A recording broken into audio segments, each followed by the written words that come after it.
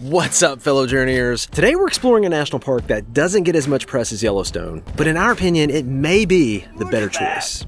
That park is the jaw-droppingly diverse Olympic National Park in Washington. We'll be hiking to one of the most popular waterfalls in the park. We'll stay in a campground that's a 5-minute walk from Hot Springs, and we'll drive to the most northwest point of the lower 48 in the United States. Are you ready to explore some places you've never been before?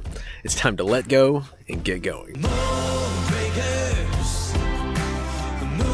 Shakers, don't ever silence your voice. Dream makers, risk takers. I am so pumped to be in this national park. It has literally been on my radar for years. I'm excited we're finally here and we made it. First stop, Lake Crescent, if there's parking.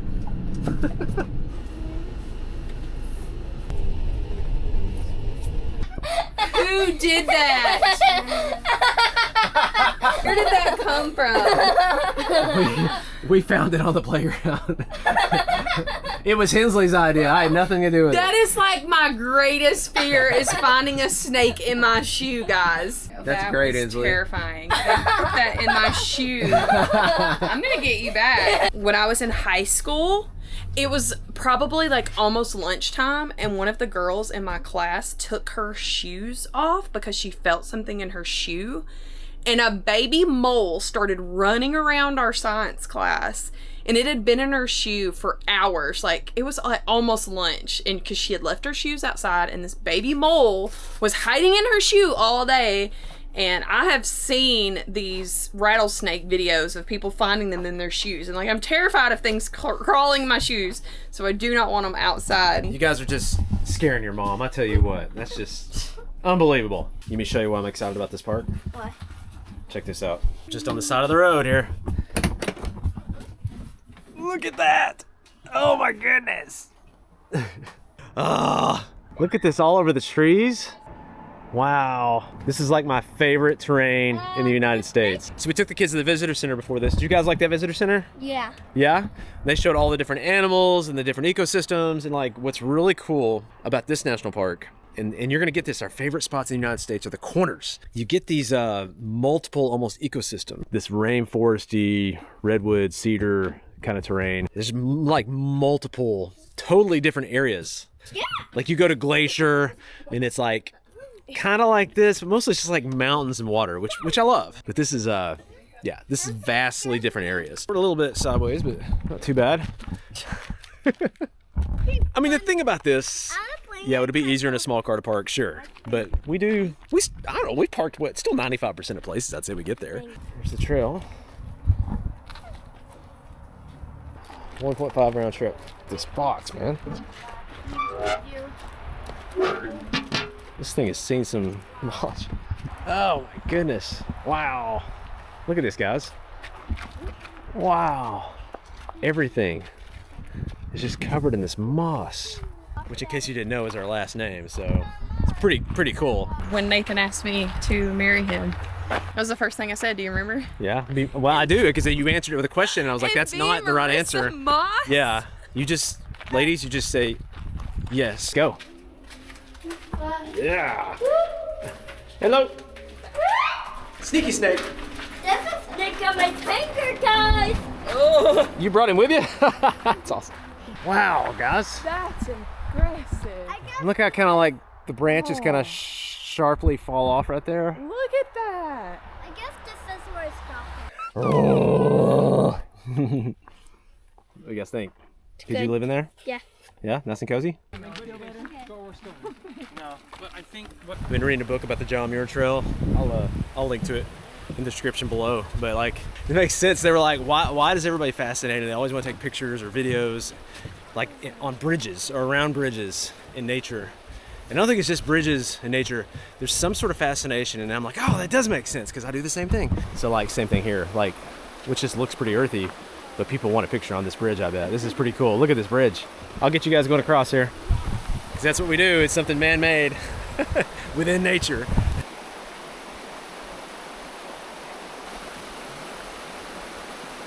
All the good views are at the top, guys. I hear it, guys. I can hear it.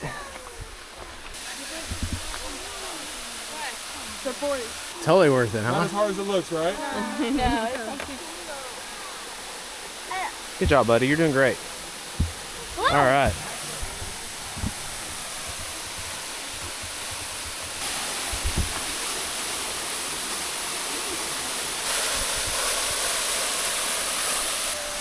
What do you think, Hensley?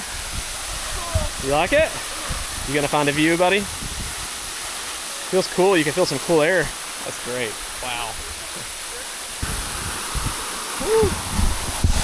In case you're wondering, yeah, it's cold. That feels good, though. That feels good. Is it blowing up, Hensley? It's super cold. Tell me this game you're playing. What's it called? Truth or Dare. Yeah, it's actually just called Dare. I've only heard them always take dares. We love dares. Okay, it's not Truth or Dare, it's just called Dare.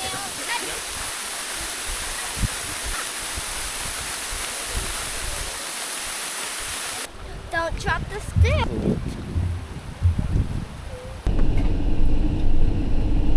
So this national park is massive, just under 1 million acres. So if they buy just a tiny bit more than over 1 million, but I think it's like maybe 5th or 6th largest in the lower 48. So that's part of why there's so much diversity in the national park. So we're about to show you something else that's really diverse and is, yeah, probably one of Marissa's things.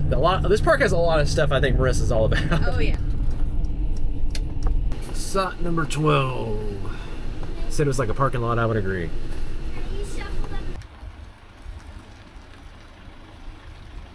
This should be good. That's what you gotta watch, is that post. So you will hear mixed reviews about this campground. People have not been a fan because they're like, it's just a parking lot campground with electric and water. But what makes it super special is Sol Duc Hot Springs is right over here. And yep, here's the campground. So it's about what people say. It's just parking lot with some hookups. But I'm okay with that when hot springs are involved and I can walk to them from here, so that's exciting. So there's a short little trail that leads from the campground to the hot springs. There's like a lodge over here. See if we can go check and get in a slot, because the way it works is you buy like 1.5-hour slots to get in. Ooh, there's a restaurant too. I'm hungry. Breakfast, lunch, and dinner. How close is that deer to us, Hensley? Pretty close. Pretty close. It's a black tail. Right over there.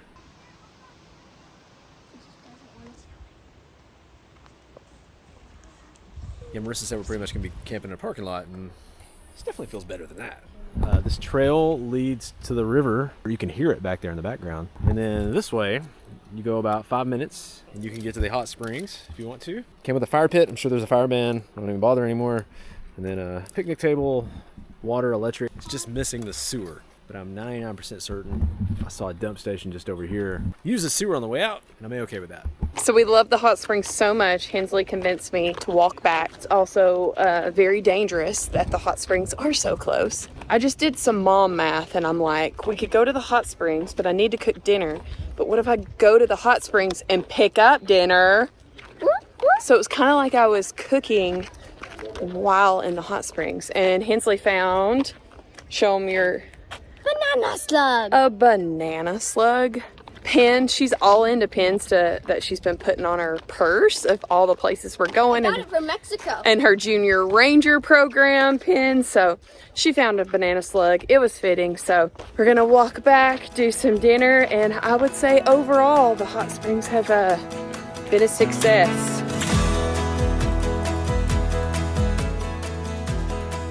So we're leaving Sol Duc Campground today. I think it's worth the stop. It's pretty cool. The hot springs, everybody loved the hot springs. Well, I worked. The family enjoyed the hot springs. It's like $56 a night. It's one of the more expensive campgrounds that we've stayed at in the national park, state park reservation system. However, you get water and electric. And we're about to head to the dump station to do that too. So I say worth it. Once we got off our side road from where our campground was at, because the speed limit was 25, and then immediately we got on the 101, which is the main road that goes around Olympic, and the speed limit's 60. And then all of a sudden they're like, here's turnouts, you better keep your speed up, don't slow down. It's like get from point A to point B as fast as you can, and it's just a weird I don't know, it's like, Change of pace.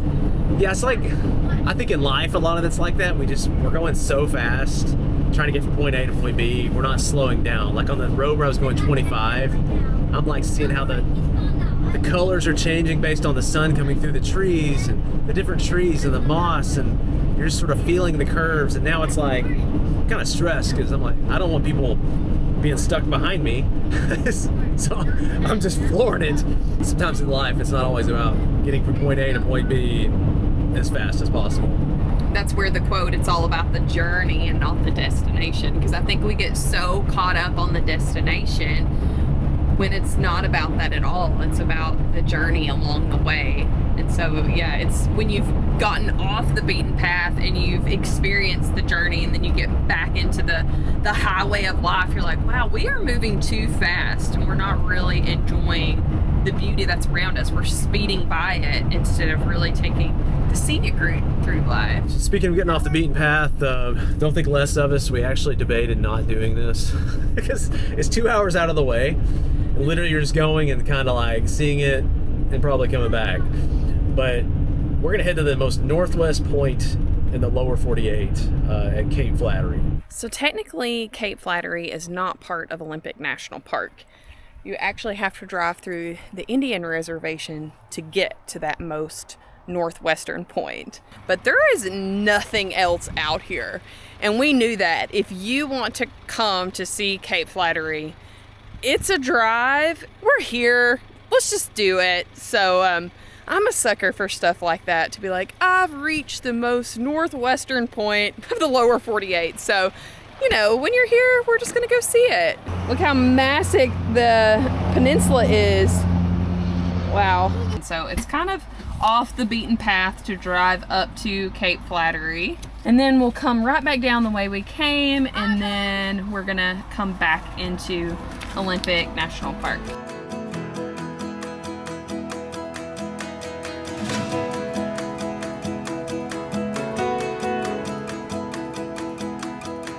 Got a Yui going on here.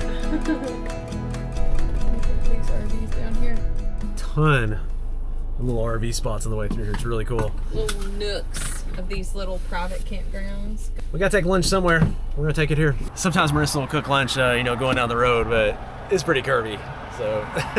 Hey, you guys wanna go check out this spray painted rock? Yeah. Get your shoes on. So this is Sekiu, S-E-K-I-U. I'm not sure exactly how you say that. Felt like the right place to stop. Huh. Yeah, well, you see the candle over here and the flowers? Sort of a memorial rock for people that aren't with us anymore. Yeah, somebody left some flowers over here. See that? That's a beautiful spot, isn't it? Yeah, we won't do it because we don't know them. But Strait of Juan de Fuca Highway is where we're at. And here's what could be out there. See? Orca, gray whale, humpback.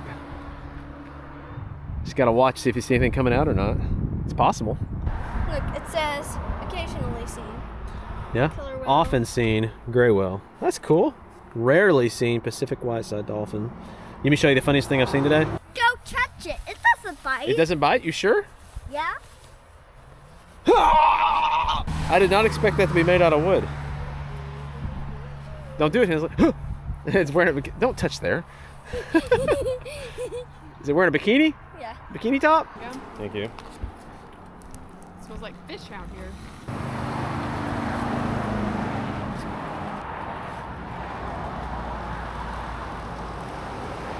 And we're off.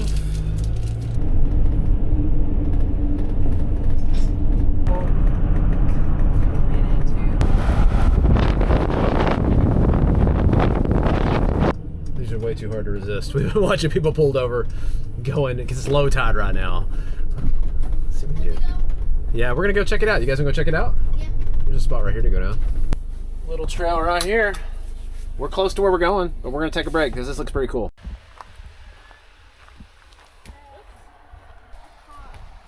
Okay, your car, Mike. Whoa, guys. This is like a beach. This is a beach. This is awesome. You guys wanna go look? It's low tide still. Wow. What is that, Hensley? Seaweed. That thing's seaweed? Yeah, that's seaweed. That thing? Yeah, that's seaweed. Well, I guess I'll trust you on it. It's a big type of seaweed. See? Proved it. See that bulb right there? Okay. Yeah, they're really slick, aren't they? I can't get across. Let's walk. We can walk over here and just walk in the. We'll have to wash off our feet. Yeah. Is that cool? Let me see that. That's a mussel, Dad. A mussel? No, this is a mussel.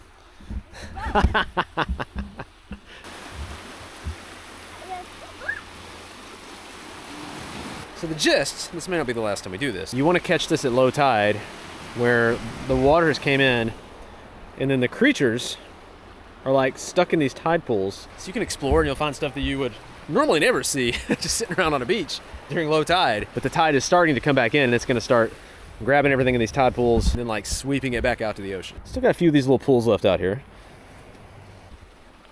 You found a starfish, Hensley?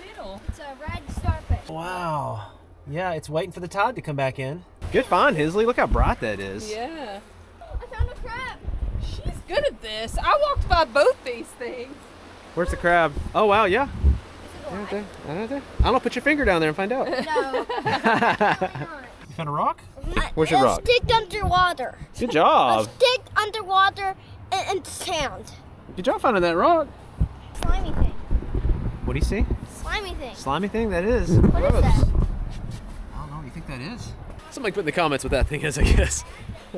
Yeah, the ocean's just so vast. But movies like, Little Mermaid, Aquaman, it's just this fascination with worlds and places you don't usually get to see and explore. Look at all the different colors, textures, shapes. Really cool, isn't it? Look at this. Yeah. That is beautiful.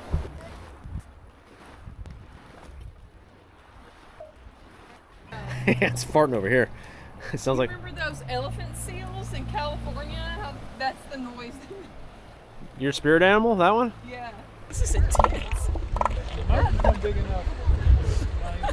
this one like laying here throwing sand on itself, like that's my spirit animal.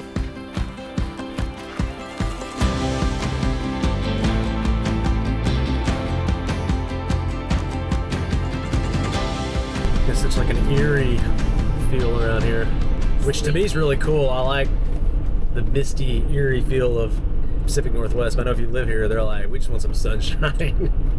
This looks really low in visibility of what we can see. We fully expect to get out here and not be able to see our hand in front of our face. But we can say that we came here. And then we went to. Look how misty and foggy. It's this so is. foggy. Ooh, creepy. These branches are low, man. I bet we're scraping some of these. Whoa. Oh! Oh! Totally hitting the top of the RV. Oh my goodness. Stuff isn't even trimmed to like 11 feet. Oh, obviously there was a spot at the very end back there. So there's the trail. Here's a very sketch turnaround we have to take. I'm gonna try to back out of where we're at. It looks very sketch up there.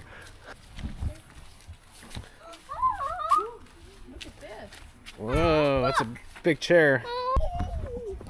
You guys good? You up? Look at the camera and say, Cheese. It's a big chair. JJ. what? JJ has two speeds. Cheetah and sloth. He's either running down a trail or he literally like can't move. Hey, man, why are you walking backwards? It is going down, yeah.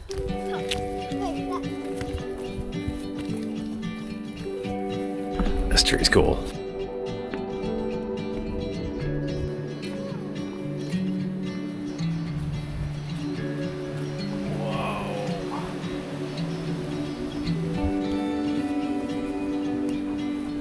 We're gonna keep going. I want to be at the northwesternmost point. We're gonna make this official, Marissa. I think this is it. Finally, you're out of here. Finally. This is it.